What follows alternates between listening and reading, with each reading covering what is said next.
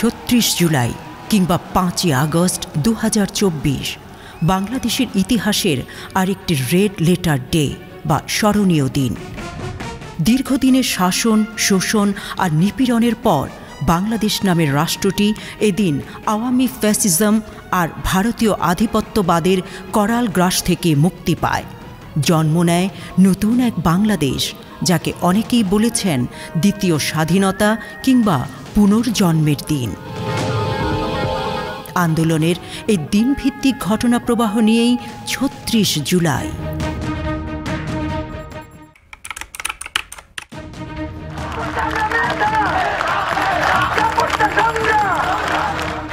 এদিন বৈষম্য বিরোধী ছাত্র আন্দোলনের পূর্ব ঘোষিত কর্মসূচি অনুযায়ী কোটা বাতিলে ঢাকা, চট্টগ্রাম, খুলনা ও গোপালগঞ্জে শিক্ষার্থীরা সড়কে অবস্থান নিয়ে বিক্ষোভ করেন।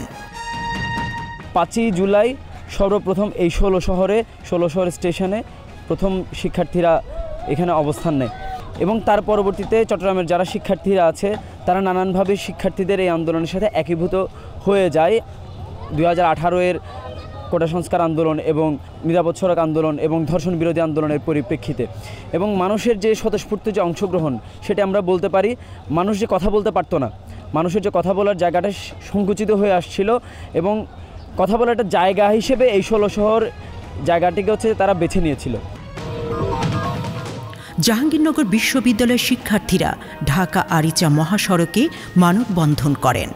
এ সময় তারা রোববার বেলা 3টা থেকে সন্ধ্যে 6টা পর্যন্ত 3 ঘণ্টা একই সড়ক অবরোধের ঘোষণা দেন। 5ই জুলাই ওই দিন আমাদের ঢাকা কেন্দ্রিক আমাদের কোনো কেন্দ্র ঘোষিত কর্মসূচি ছিল না ওইরকম। আমরা 4ই জুলাই ঢাকা বিশ্ববিদ্যালয়ের হলগুলোতে আমরা প্রচারণা চালিয়েছি, আমরা গণসংযোগ চালিয়েছি অনলাইনে অফলাইনে। এর বাইরে আমাদের বইসা আর কর্মসূচি ছিল সারা বাংলাদেশেই আর কি, মেনলি ঢাকায় ছিল না, বাট আমরা সারা বাংলাদেশের বিভিন্ন গুরুত্বপূর্ণ সড়কগুলোতে আমরা অবরোধ করেছি। আমাদের বিশেষ করে ঢাকা চট্টগ্রাম মহাসড়ক, তারপরে খুলনা বিশ্ববিদ্যালয়ের শিক্ষার্থীরা তারা বিভিন্ন এলাকায়, অর্থাৎ এলাকা ভিত্তিক যে সমস্ত আমাদের আন্দোলনের কর্মীরা ছিল তারা তাদের এলাকায় এরকম তারা কর্মসূচি পালন করেছে। তো তাদের এই বিভিন্ন গুরুত্বপূর্ণ সড়ক অবরোধ করে দেওয়ার ফলে সরকারের উপর আসলে চাপ সৃষ্টি হয়েছিল।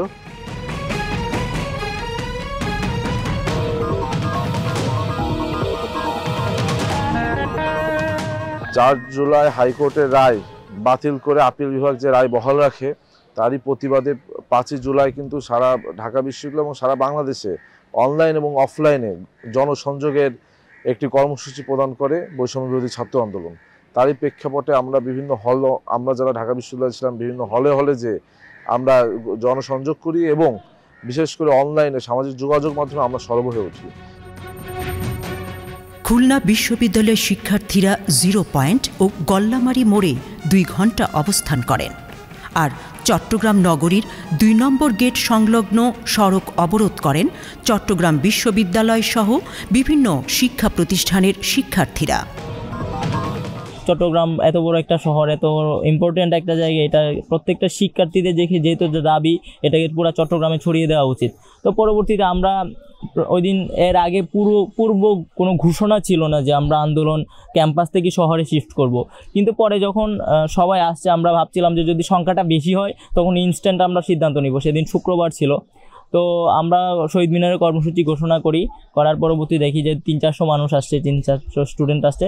তখন আমরা আন্দোলনটাকে হুট করে আমি বলি যে আসলে আমরা আন্দোলনটাকে ক্যাম্পাস কেন্দ্রিক না করে শহর কেন্দ্রিক করতে চাই এবং সবার কাছে যেতে চাই, সবাই যেন এটাতে ইনক্লুড হতে পারে। কারণ যেহেতু আমাদের ক্যাম্পাস থেকে শহরের দূরত্ব প্রায় 20 কিলোমিটারের মতো, শহর থেকে আন্দোলনে আসলে ক্যাম্পাসে কেউ আসতে পারে না, আবার ক্যাম্পাস থেকে আন্দোলনে শহরে গিয়ে আন্দোলন করাটা একটু কষ্ট হয়। তো সেই জন্য আমরা আন্দোলনে যখন শিক্ষার্থীরা আসে তখন আমরা সবাইকে এটা বুঝাই এবং আমরা ইনস্ট্যান্ট সিদ্ধান্ত নিয়ে শাটলে করে শহরে যাই। সেদিন জাস্ট আমরা গণসংযোগ টাইপ করি, সবাইকে জানান দেই যে আমরা আন্দোলনটা আসলে শহরে করব অ্যান্ড পরবর্তী কর্মসূচি ঘোষণা করা হবে অনলাইনের মাধ্যমে। আমরা প্রতিদিনই কর্মসূচিগুলো ফেসবুকের মাধ্যমে, আমাদের ফেসবুক গ্রুপ ছিল, ফেসবুক নিজেদের প্রোফাইলের মাধ্যমে এটা শেয়ার করতাম। তো 5 তারিখ মূলত আমরা আন্দোলনটা ক্যাম্পাস থেকে শহরে মুভ করি অ্যান্ড প্রতিদিনই কেন্দ্রীয় কর্মসূচি ঘোষণা অনুযায়ী আমাদের কর্মসূচিগুলো বাস্তবায়ন হতো। ঢাকায় যেই কর্মসূচি থাকতো ঠিক সেম কর্মসূচি সারা বাংলাদেশে থাকতো, যার কারণে আসলে এই আন্দোলনটা সফল হয়।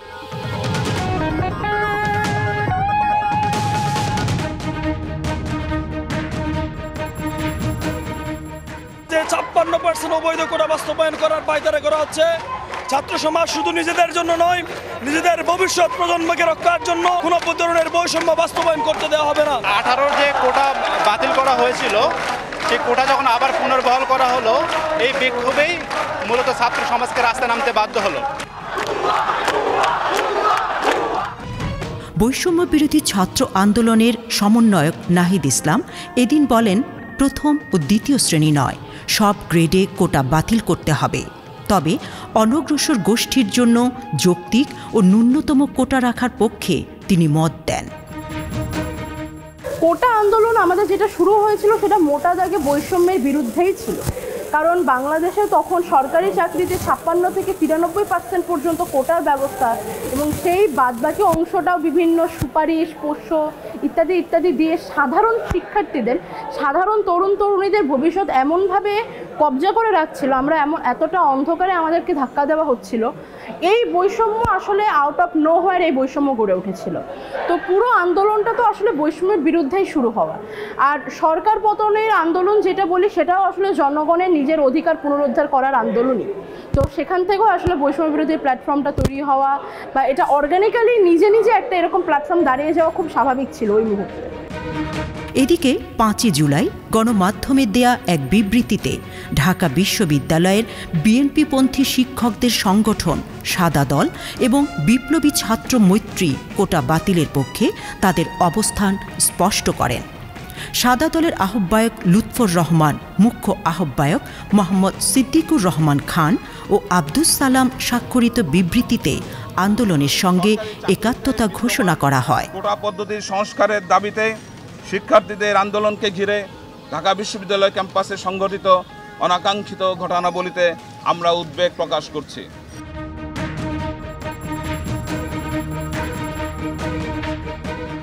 আমরা ঢাকা বিশ্ববিদ্যালয়ের শিক্ষার্থীরা যারা আন্দোলনে ছিলাম, আমাদের পাশে তখন হচ্ছে আমাদের বিশ্ববিদ্যালয়ের সাদা দল, বিএনপি জামায়াতপন্থী দল, তারা হচ্ছে বিবৃতি দিয়ে তারা হচ্ছে আমাদের পাশে দাঁড়িয়েছিল। সো তাদের যে আমাদের প্রতি পজিটিভ রেসপন্স, তাদের যে আমাদের পাশে দাঁড়ানোর এই ঘটনা, এটা আসলে আমাদেরকে খুব বেশি ফুয়েল দিয়েছিল এবং আমরা অনেক বেশি উৎসাহ পেয়েছিলাম যে আমরা আসলে একা নই, আমাদের সাথে আমাদের সম্মানিত শিক্ষকরা রয়েছেন, আমাদের অভিভাবকরা রয়েছেন। তো এই ঘটনা আসলে আন্দোলনের মোড় ঘুরে দেওয়ার জন্য, আমাদের শক্তি, সাহস, উদ্দীপনা বৃদ্ধি করার জন্য একটা স্পেসিফিক ঘটনা।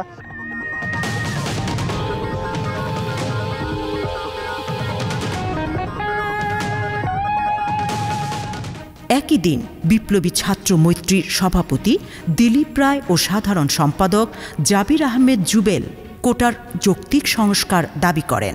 বাংলাদেশের সংবিধান কোটা রিজার্ভেশনের জন্য 2টা শর্ত দিয়েছে: জনগণের অনগ্রসর অংশ, অ্যাডিকুয়েট রিপ্রেজেন্টেশন, পর্যাপ্ত প্রতিনিধিত্ব। কিন্তু যে মুক্তিযোদ্ধা কোটা এবং তার যে ব্যাপ্তি সন্তানান এবং নাতিপুতি পর্যন্ত, আমরা দেখি যে সামগ্রিকভাবে মুক্তিযোদ্ধারা বা তাদের পরিবারের বংশধররা তারা বাংলাদেশের অনগ্রসর জনগোষ্ঠীর অংশ। এটা সর্বৈব অসত্য। একই সাথে যদি তাও হয়ে থাকে, যারা জনসংখ্যার 1% নন, তাদের জন্য সরকারি চাকরিতে 30% কোটা রাখা, এটা যে স্পষ্টতই সংবিধান লঙ্ঘন করা, মানুষের সমতার যে সুযোগের অধিকার, সে অধিকারকে ক্ষুণ্ণ করা, এই বক্তব্যগুলো আমরা উত্থাপন করেছি। আন্দোলনের সময়কালে আমরা অ্যাটর্নি জেনারেলের কাছে দরখাস্ত দিয়েছি যাতে করে সেই রায়টাকে স্থগিত রাখা হয়।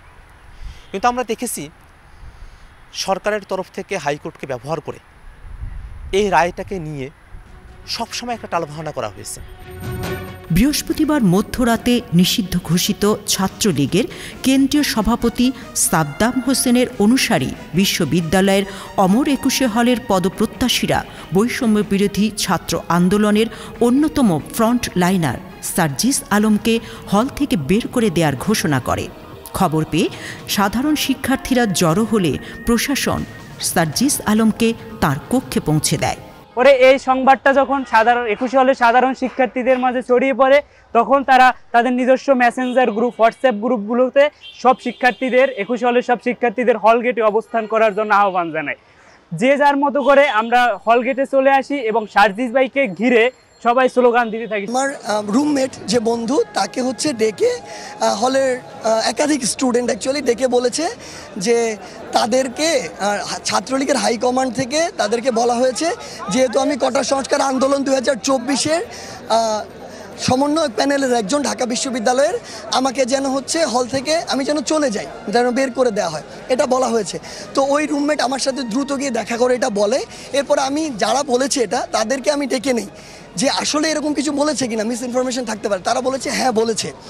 এরপরে আমি হলে আসি, আমি অ্যাকচুয়ালি কাউকেই কিছু বলিনি, আমি ব্যাগ নিয়ে হচ্ছে মানে জাস্ট চলে যাওয়ার জন্য, আমি চাচ্ছিলাম না এটা কোনো বড় ইস্যু হোক, তো এই জন্য আমি ব্যাগ নিয়ে বের হই।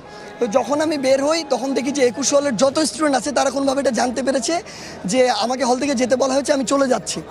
21 হলের সম্পূর্ণ স্টুডেন্টরা এখানে এসে হল গেটে দাঁড়িয়ে যায় এবং তাদের কথা হচ্ছে তারা আমাকে হল থেকে যেতে দিবে না, কারণ যেহেতু আমরা একটা ন্যায্য দাবির পক্ষে, যৌক্তিক দাবির পক্ষে আমরা একটা আন্দোলন করছি এবং এটা অ্যাকচুয়ালি সবার প্রাণের দাবি। সো আমি যদি চলে যাই তারা সবাই ডিমোরালাইজড হয়ে যাবে।